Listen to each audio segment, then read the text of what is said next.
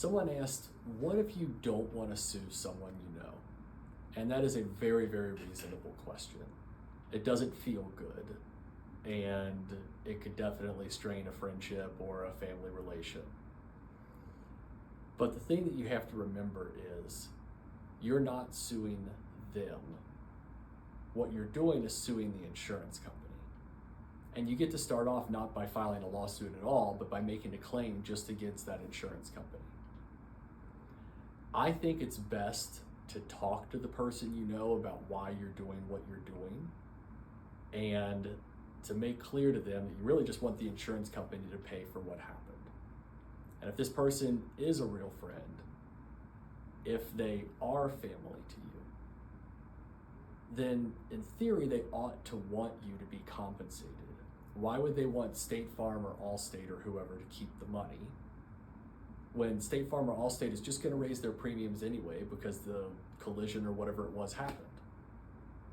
Instead, if they're going to pay higher premiums no matter what, you'd think they would at least want you to get fair compensation. So have that conversation. Maybe they won't be so frustrated once they realize what the point of it all is.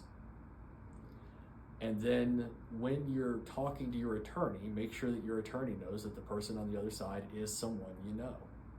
And it's going to affect maybe some of the ways we choose to prosecute the case. Certainly there have been cases where I have looked into the other side and found that they had a lot of, say, fraud issues in the past. They lied about things. And I made choices to bring all that out in court so that I could show that if they were lying about these other things, or if they committed fraud in the past, they may very well be lying now. If it's a friend or family, maybe I don't choose to take that tactic, and instead I approach things a different way.